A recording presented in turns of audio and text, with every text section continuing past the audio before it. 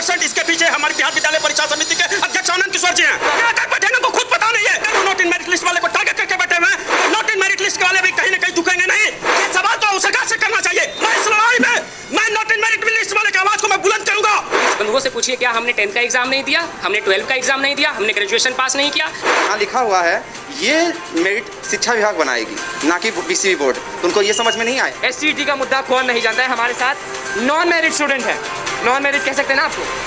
कह सकते हैं, लेकिन हम लोग नॉन मेरिट कैंडिडेट कहीं ना कहीं सरकार अगर नॉन मेरिट का कॉलम 21 जून 2021 के हिसाब से बनाया था, तो आज मैं आपको बता दूं कि यही सरकार ने 26 तारीख को नॉट इन मेरिट वाले को और मेरिट वाले को बोथ को इक्वल कर दिया। और इसके बिहाफ में हम सरकार का शुक्रगुजार करते हैं।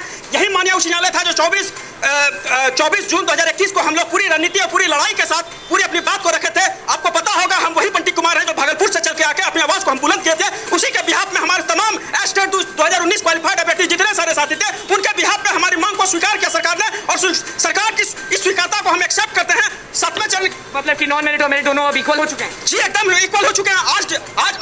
आज लोग आपको क्यों बोलते हैं कि आप लोग अनपढ़ हैं, आप लोग बच्चों को पढ़ा नहीं सकते हैं? ये सवाल उनसे आप पूछे जिस तरीके से आज के डेट में 29 जुलाई के प्रोटेस्ट के बाद वो जिस तरह से हम लोग को टारगेट करते रहे नॉट इन मेरिट लिस्ट वाले, उनका सवाल जो भी है वो सरकार से होना चाहिए। वो नॉट इन मेरिट लिस्ट वाले की तरफ से नहीं होना चाहिए।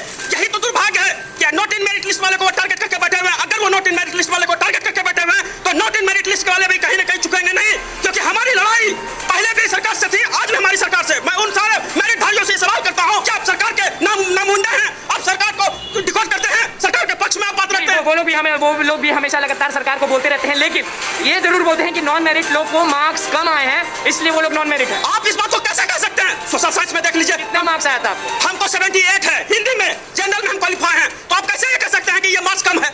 ये सवाल तो सरकार से करना चाहिए। लेकिन आज तक देखिए जितना भी वीडियो बनाया है, जिस तरह से वो उन लोग का शब्द शैली होता है, संवैधानिक दायरे को तोड़ते हुए अपने शब्दों को वो रखते हैं। मैं उन सारे मेरिट धारियों में कुछ मेरिट धारियों को मैं सवाल करता हूँ। ये सवाल आप अगर कर रहे हैं तो हम सारे नॉट इन मेरिट वाले हम लोग चुप नहीं बैठेंगे। अगर आप लड़ाई 5 सितंबर के बिहाफ में अगर आप कूदने की बात कर रहे हैं, तो हम लोग भी बिहार के 38 जिला के छात्र छात्राओं के पॉइंट ऑफ व्यू से मैं बोल रहा हूँ। मैं इस लड़ाई में मैं नॉट इन मेरिट लिस्ट वाले की आवाज को मैं बुलंद करूंगा। और यही हाईकोर्ट है जिसके आदेश अनुसार हम लोग का मामला हाईकोर्ट में लंबित है। चलिए आपकी मैं फिर चाहूंगा, आप बताइए एसटीईटी के 2019 के अभ्यर्थी हैं, नॉन मेरिट और मेरिट दोनों एक हो चुके हैं, तो लड़ाई क्यों है और किससे है, क्या माजरा है? देखिए, कहीं ना कहीं हम 12 मार्च को सारे लोग क्वालिफाई थे। सारे बंधु उस समय मेरिट और नॉन मेरिट की कोई जिक्र नहीं थी, और उस समय जितने भी क्वालिफाई थी सबकी नौकरी जो पक्की थी, ठीक है। लेकिन सरकार के ये इंटरनली गेम चला जिसमें 21 जून को उन्होंने हम दोनों को बांटने का काम किया, मेरिट और नॉन मेरिट। ओके, तो उसके बाद हमने है जो कि बोला भाई हम तो 12 मार्च में सारे क्वालिफाई थे, आप तो सारे क्वालिफाई की नियुक्ति की बात कर दी थी, और जेनून भी था, हम सभी उसी और अग्रसर थे। हम लोगों को आपने स्वप्न दिखाया, गोरी गोरी स्वप्न दिखाया, और आज आप है जो कि बोल रहे हो क्या नॉन मेरिट अनपढ़ है? नॉन मेरिट अनपढ़ हैं?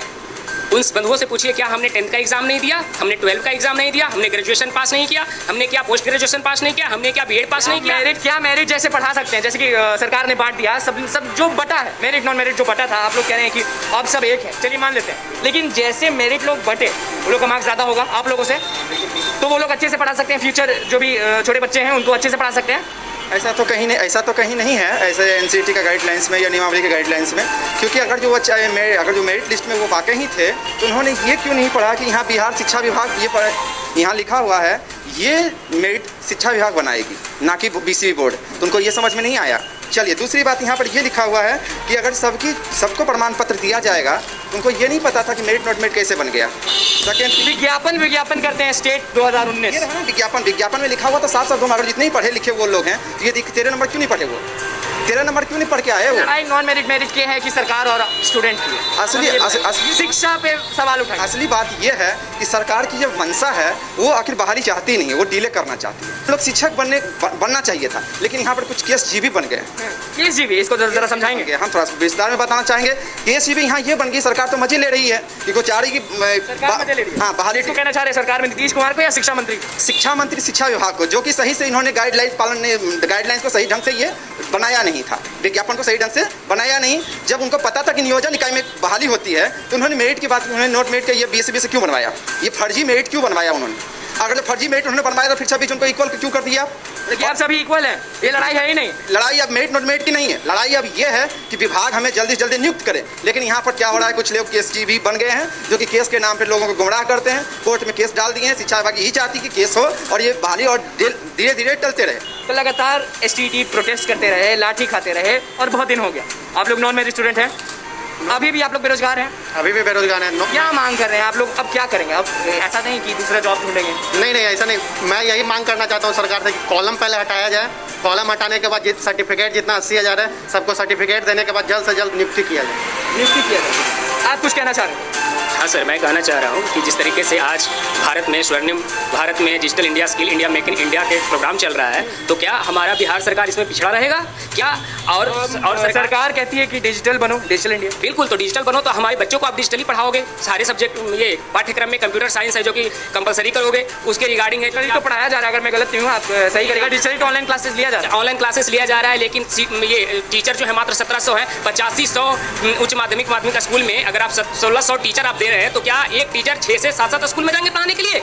होना ये चाहिए कि हमारे कंप्यूटर टीचर की सीट की संख्या कम से कम दुगनी होनी चाहिए। 11th और 12th दोनों में है, एक डेटाबेस है और एक फ्रंट लैंग्वेज है, दोनों है। टीचर का अमाउंट बढ़ाना चाहिए। बिल्कुल, हम मांग करते हैं सरकार से कि कम से कम प्रत्येक स्कूल में 2 कंप्यूटर टीचर हो, अर्थात हम कम से कम 17,000 बनेगा डिजिटल इंडिया। तभी बनेगा डिजिटल इंडिया और तभी बनेगा स्वर्णिम भारत, तभी बनेगा स्वर्णिम बिहार।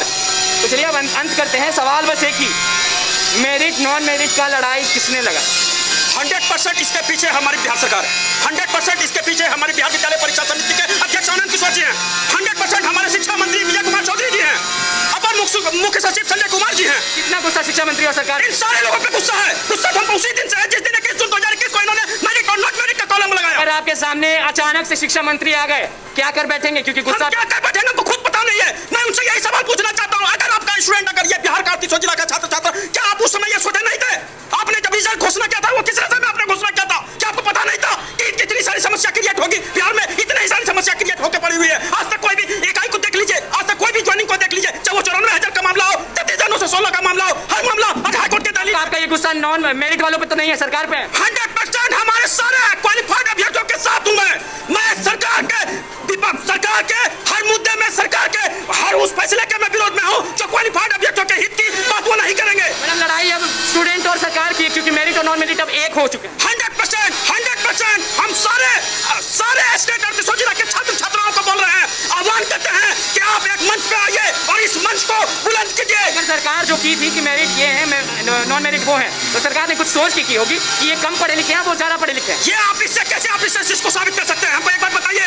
ये सिर्फ पात्रता परीक्षा थी और कुछ नहीं थी। आपको पता है कि हर चीज का नियोजन इकाई में इसका बहाली को लेकर क्लियर मेंशन होता है। 33,916 देख लीजिए, 94,000 का मामला देख लीजिए। जिस मामले को करेंगे अब, क्योंकि मैं आप पहले नॉन मेरिट में हैं, अब एक हो चुका है, अब क्या करेंगे? क्योंकि